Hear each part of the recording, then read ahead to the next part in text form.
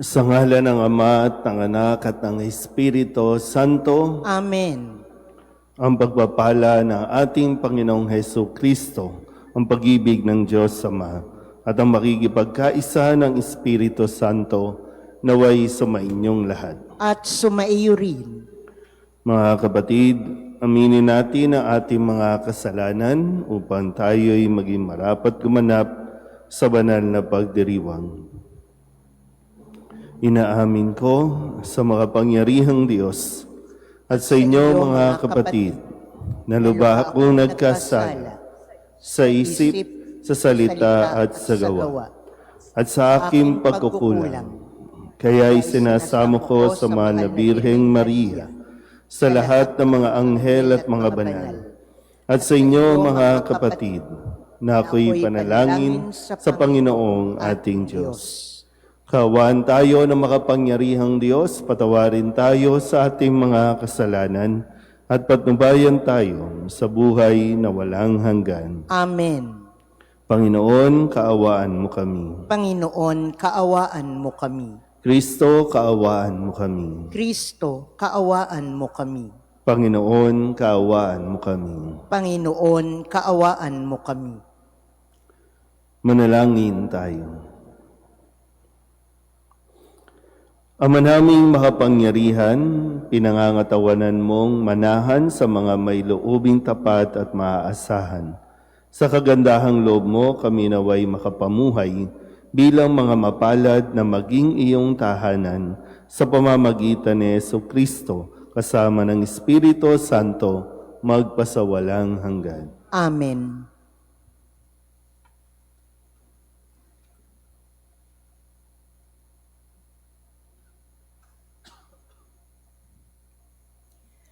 Pagbasa mula sa sulat ni Apostol Santiago.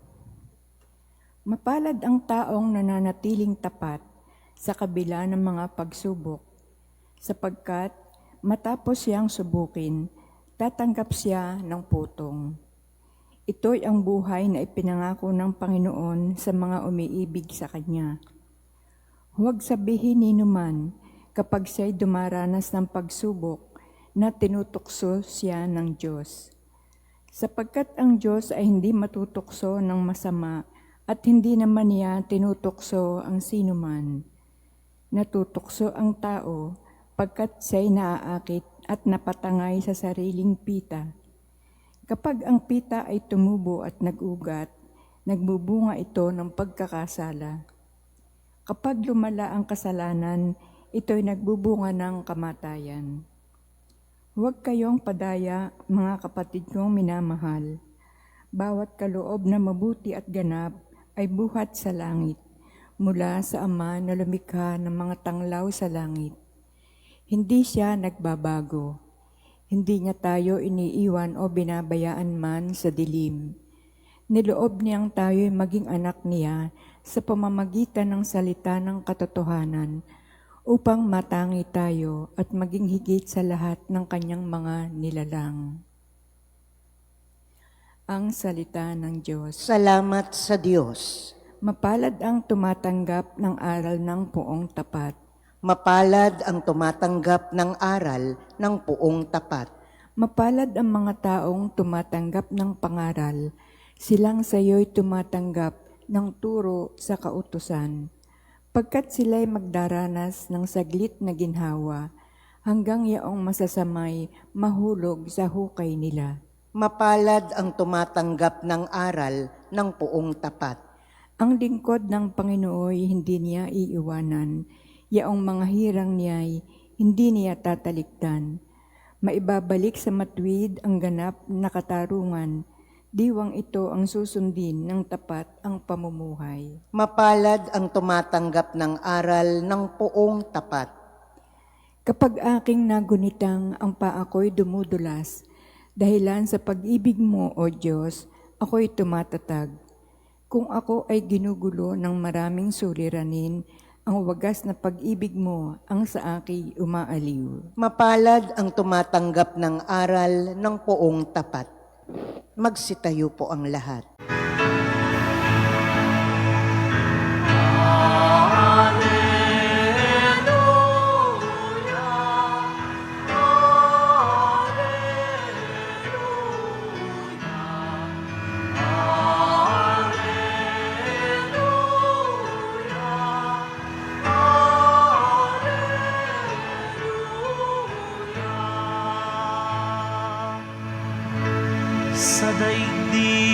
ay laganap, liwanag na sumisikat, salitang buhay ng lahat. Alleluia, Alleluia, Alleluia, Alleluia.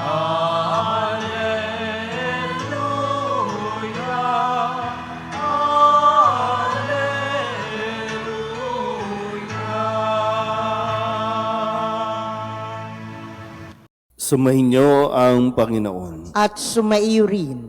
Ang mabuting balita ng Panginoon ayon kay San Marcos. Papuri sa iyo, Panginoon. Noong panahong iyon, nalimutan ng mga alagad na magdala ng tinapay at iisa lang ang kanilang tinapay sa bangka. Kaya iingat kayo. Ilagan ninyo ang libadura ng mga Pariseo at ang libadura ni Herodes. Babala ni Jesus sa kanila. Nag-usap-usap ang mga alagad. Wala kasi tayong dalang tinapay, kaya niya sinabi iyon. Alam ito ni Jesus, kaya't sila'y tinanong niya, bakit ninyo pinag-uusapan na kayo'y walang dalang tinapay? Hindi pa ba ninyo nababatid o nakauunawa? Hindi pa ba ito abot ng inyong isip? Wala ba kayong mata? Wala ba kayong tainga? Nakalimutan na ba ninyo ng paghati-hatiin ko ang 5 tinapay para sa 5,000? Ilang bakol ang napuno ninyo sa mga lumabis na tinapay? 5,000, 12 po, tugon nila. At nang paghati-hatiin ko ang 7 tinapay para sa 4,000, ilang bakol na malalaki ang napuno ninyo? Tanong niya. 7 bakol po, tugon nila. At hindi pa rin ninyo naunawaan? Wika niya. Ang mabuting balita ng Panginoon. Pinupuri ka namin, Panginoong Heso Kristo. Isang magandang umaga po sa inyong lahat. Ngayon po ay Martes ng ika-6 na linggo sa karaniwang panahon, isang araw bago po ang pagpasok natin sa tinatawag nating panahon ng Kwaresma o Season of Lent. So isang araw na lang, nawa ay sabi nga pinaghahanda tayo at dapat naman talagang pinaghahandaan natin ito dahil papasok tayo sa isang paglalakbay, papasok tayo sa 40 araw na paghahanda. At hindi basta-basta yun. No? Kung mayroon kang lalakarin o may pupuntahan ka, hindi pwedeng ura-urada. No? Hindi natin kakayanin ang ganong katagal na paglalakbay. Kaya pinaghahanda tayo.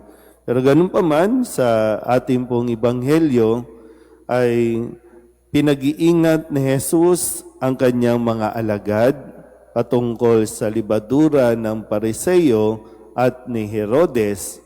Bagaman, narinig natin dito na hindi pa ganun kalawak ang kanilang pag-iisip, yung kanilang pag-unawa sa mga nangyayari sa kanilang buhay. Iniisip nila na nagalit si Jesus dahil wala silang dalang sapat na tinapay.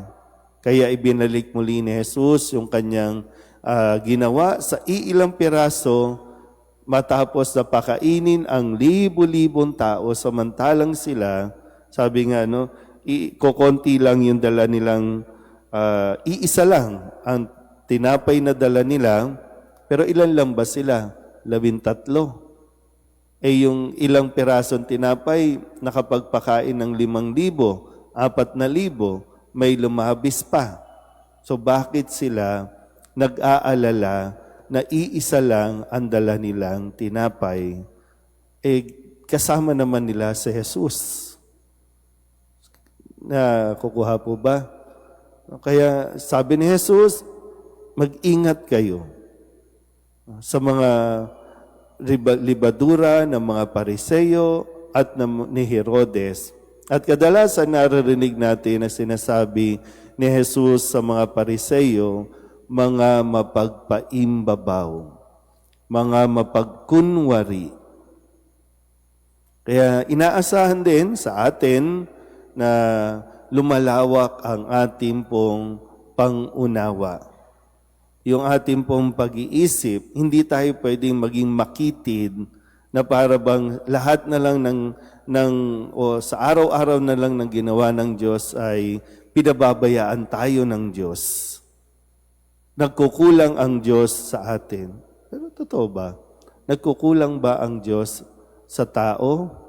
O sadyang ang tao ang hindi sapat tumingin sa kanya pong pangangailangan? Kaya nga sabi ko, papasok tayo sa panahon ng Kwaresma at diyan ay inaanyayahan tayong pagnilayan yung mga bagay-bagay sa buhay natin dahil napakarami naman talaga pong bagay na hindi naman kailangan ng tao pero pinoproblema ng tao. At sa bawat problema, ang tingin natin, pagsubok, pagpapahirap mula sa Diyos. At ganun lagi ang nagiging mindset natin. No? Pag may pagsubok, parusa ng Diyos. Malinaw din sa sinabi ni Santiago sa kanyang sulat sa unang pagbasa na huwag nating iisipin na tayo ay sinusubok o pinaparusahan ng Diyos dahil hindi gawain ng Diyos ang gumawa ng masama. Ang sabi niya, ang lahat ng ito ay bunga ng ating mga desisyon. Bunga ng ating mga maling pagpili. Diba? Nasabi ni Santiago.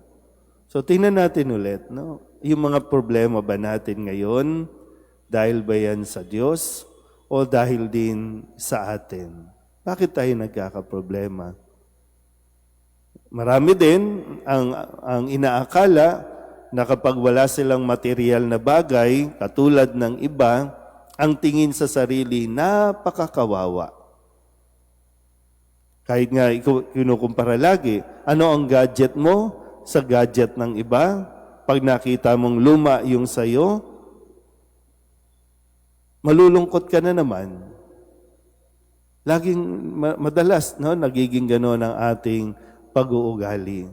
Bakit hindi mo tingnan kung ano ang mayroon ka at yan ay ipagpasalamat mo sa Diyos? Yan ay biyaya ng Diyos na siya namang pinakita na ni Jesus, di ba? Iilang piraso, kinuha, nagpasalamat. At nang sabihin din niya sa mga alagad, anong mayroon kayo dyan? Kinuha niya, pinagpasalamat, sobra-sobra. Pero yun lang naman, di ba? Yung basic na kailangan natin, kahit kailan, hindi nagkulang ang Diyos sa atin, sa mga pangangailangan ng tao. Sadyang higit lang tayo kung humingi o maghangad ng mga bagay para sa atin na inaakala natin na ito ang makapagpapasaya sa atin. Nawa, no? Sa pagpasok natin, sa paglipat natin sa panahon ng Kwaresma, makita rin natin yung mga bagay na nagdudulot ng problema sa buhay natin na kinakailangan natin tong alisin o kinakailangan natin makita na hindi tayo dapat makontrol at ibase ang ating kaligayahan sa kung ano ang mayroon tayo. Kundi kung si Kristo ay kapiling natin, masabi natin sapat na si Kristo sa buhay natin. Amen.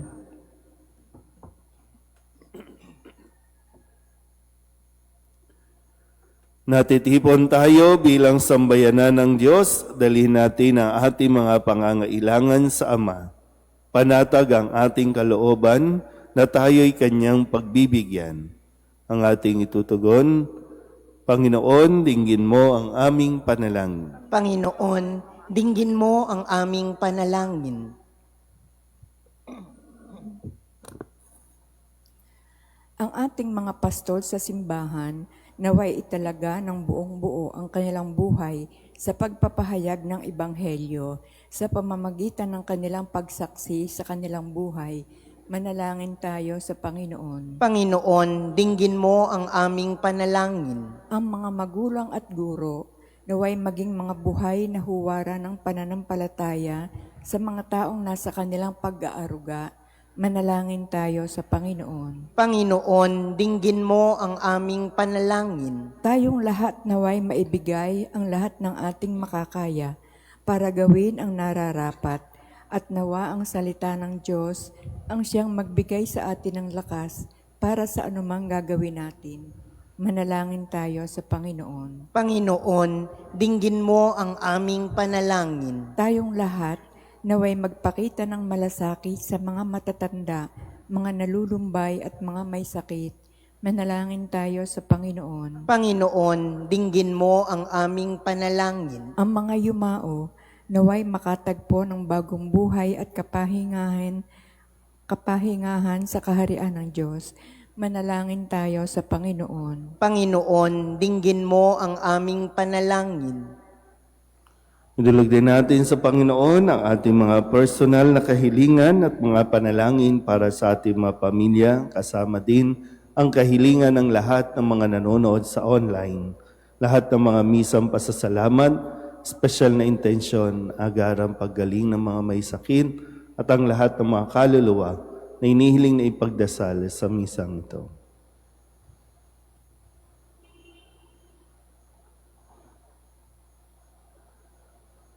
Ang lahat ng ito iniiling namin sa ngalan ni Kristo, ang aming Panginoon. Amen. Handog namin sa iyo, Ama, ang tinapay at alak na ito. Handog ng bayang umaasa, sumasamba't nagmamahal sa'yo. Handog namin sa iyo, Ama, ang tinapay at alak na ito. Handog ng bayang umaasa, sumasamba't nagmamahal sa'yo. Manalangin kayo mga kapatid upang paghahain natin ang kalugdan ng Diyos Amang makapangyarihan. Tanggapin nawa ng Panginoon itong paghahain sa iyong mga kamay sa kapurihan niya at karangalan sa ating kapakinabangan at sa buong sambayanan niyang banal. Ama naming lamika, kami naway dalisayin at panibaguhin ng aming gaganaping paghahain. Kami naway itaguyod ng gagawin naming ito sa pagnanais naming sundin ang loob mo sa pamamagitan ni Jesucristo kasama ng Espiritu Santo magpasawalang hanggan. Amen. Sumainyo ang Panginoon. At sumaiyo rin. Itaas sa Diyos ang inyong puso at diwa. Itinaas na namin sa Panginoon. Pasalamatan natin ang Panginoong ating Diyos. Marapat na siya'y pasalamatan. Ama naming makapangyarihan, tunay ngang marapat na ikaw ay aming pasalamatan. Pinagbibigyan mong ito'y aming maihayag kahit na ito'y walang anumang maidaragdag sa kadakilaang sa iyo ay likas. Sa pagpupuri namin, ang nakikinabang ay kami ring iyong pinakikiharapan sa pamagitan ng iyong anak na minamahal. Kaya kaisa ng mga anghel na nagsisiawin ng papuri sa iyo, nang walang humpay sa kalangitan, kami nagbubunyi sa iyong kadakila.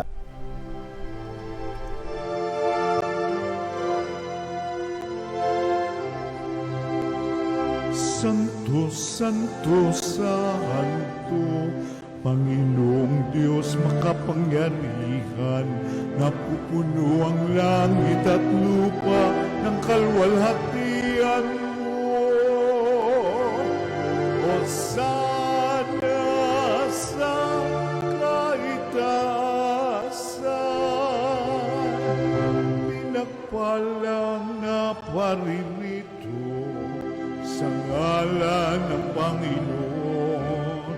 Hosana sa kaitaasan.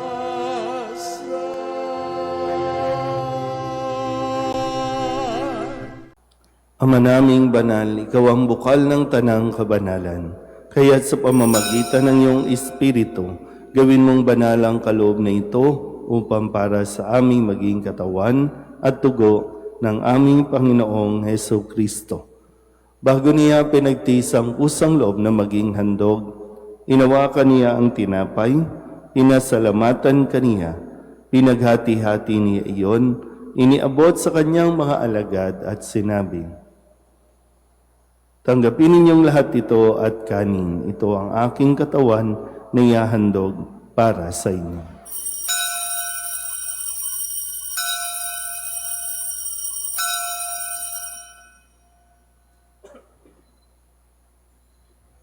Ngayon din naman nang matapos ang hapunan, inawakan niya ang kalis, muli kaniyang pinasalamatan.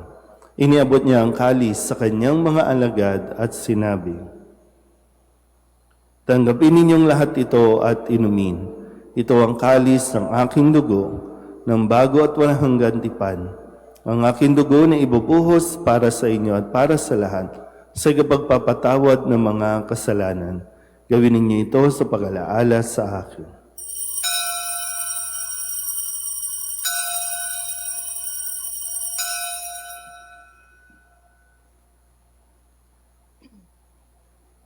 Ipagbunyi natin ang misteryo ng pananampalataya. Si Kristo'y namatay, si Kristo'y nabuhay, si Kristo'y babalik sa wakas ng panahon.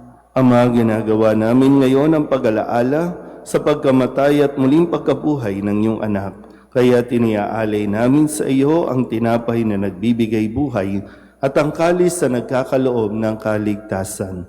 Kami napapasalamat dahil kami iyong minarapat na tumayo sa harap mo para maglingkod sa iyo. Isinasamo namin kami magsasalo-salo sa katawan at dugo ni Kristo ay mabuklod sa pagkakaisa sa pamamagitan ng Espiritu Santo. Ama, lingapin mo ang iyong simbahang laganap sa buong daigdig. Puspusin mo kami sa pag-ibig, kay San Leon na aming Papa, at ni Jose na aming Obispo at ng Tanang Kaparian. Alalahanin mo rin ang mga kapatid naming nahimlay na may pag-asang sila'y muling mabubuhay, gayon din ang lahat ng mga pumanaw. Kawaan mo sila at patuloyin sa iyong kaliwanagan. Kawaan mo at pagindapating kaming lahat na makasalo sa iyong buhay na walang wakas. Kaysa ng mahal na Birheng Maria na ina ng Diyos, ng kabiyak ng puso niyang si San Jose. Kaysa ng mga apostol at ng lahat ng mga banal na namuhay dito sa daigdig ng kalugod-lugod sa iyo, may pagdiwang nawa namin ang papupuri sa ikararangal mo sa pamamagitan ng iyong anak na aming Panginoong Heso Kristo. Sa pamamagitan ni Kristo, kasama niya at sa Kanya, ang lahat ng parangal at papuri ay sa iyo, Diyos Amang makapangyarihan, kasama ng Espiritu Santo, magpasawalang hanggan.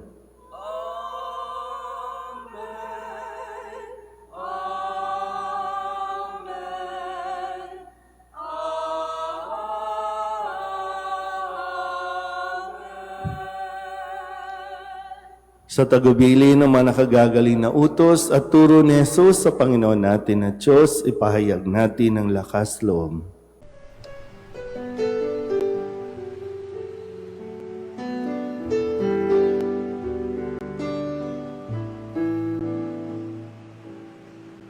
Ama namin, sumasalang ka, sambahin ang ngalan mo.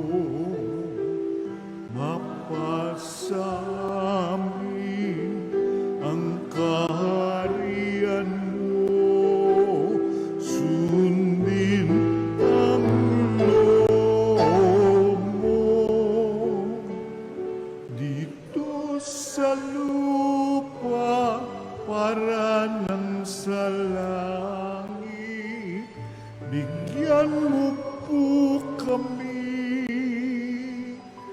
ngayon ng aming kakanin sa araw-araw at patawarin mo kami sa aming mga sala para ng pagpapatawan namin sa nagkakasala sa amin at huwag mo kaming ipagdulot sa tukso at yadya mo kami sa lahat ng masama. Inihiling namin kami ihadya sa lahat ng masama, pagkalooban ng kapayapaan araw-araw, iligtas sa kasalanan at ilayo sa lahat ng kapahamakan, samantalang aming pinananabikan ang dakilang araw ng pagpapahayag ng tagapagligtas naming sa Hesu Kristo. Sapagkat iyo ang kaharian at ang kapangyarihan at ang kapurihan, magpakailanman. Amen. Panginoong Hesu Kristo, sinabi mo sa iyong mga apostol, kapayapaan ang iniiwan ko sa inyo, ang aking kapayapaan ang binibigay ko sa inyo. Tunghayan mo ang aming pananampalataya at huwag ang aming mga pagkakasala. Pagkalooban mo kami ng kapayapaan at pagkakaisa ayon sa iyong kalooban, kasama ng Espiritu Santo, magpasawalang hanggan. Amen. Ang kapayapaan ng Panginoon ay laging sumainyo. At sumaiyo rin. Magbigayan po tayo ng kapayapaan sa isa't isa.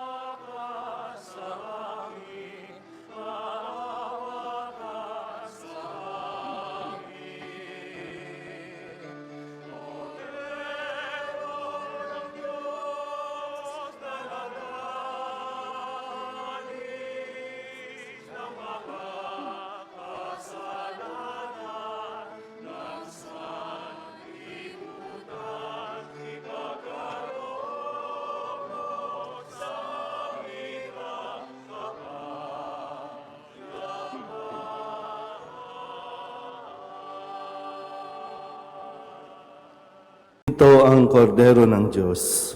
Ito nag-aalis ng kasalanan ng sanlibutan.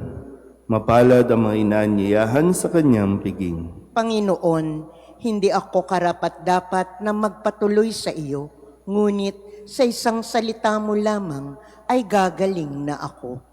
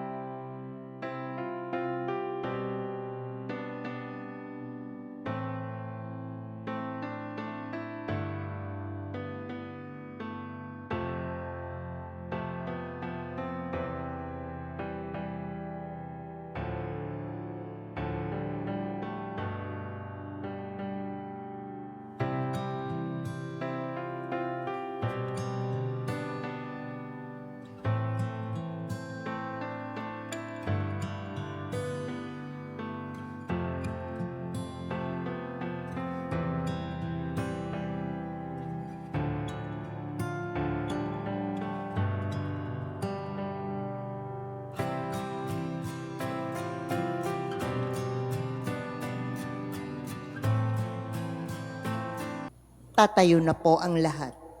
Manalangin tayo. Ama naming mapagmahal, kaming pinapagsalo mo sa banal na pakikinabang, ay gawin mong laging manabik sa napagsaluhan ang kaloob mong ito sa aming ikabubuhay.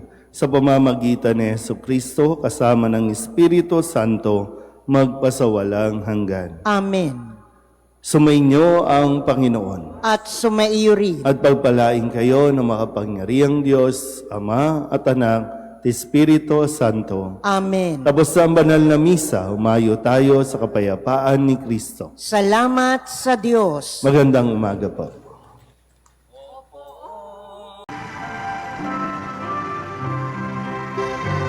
Nuestro Padre Jesus Nazareno, sinasamba ka namin, pinipintungo ka namin, aral mo ang aming buhay at kaligtasan. Nuestro Padre Jesus Nazareno, iligtas mo kami sa kasalanan. Ang krus mong kinamatayan ay sagisag ng aming kaligtasan. Nuestro Padre Jesus Nazareno, dinarangal ka na amin. Nuestro Padre Jesus Nazareno, nilulwalhati ka namin. Nuestro Padre Jesus Nazareno, dinarangal ka na amin. Nuestro Padre Jesus Nazareno, nilulwalhati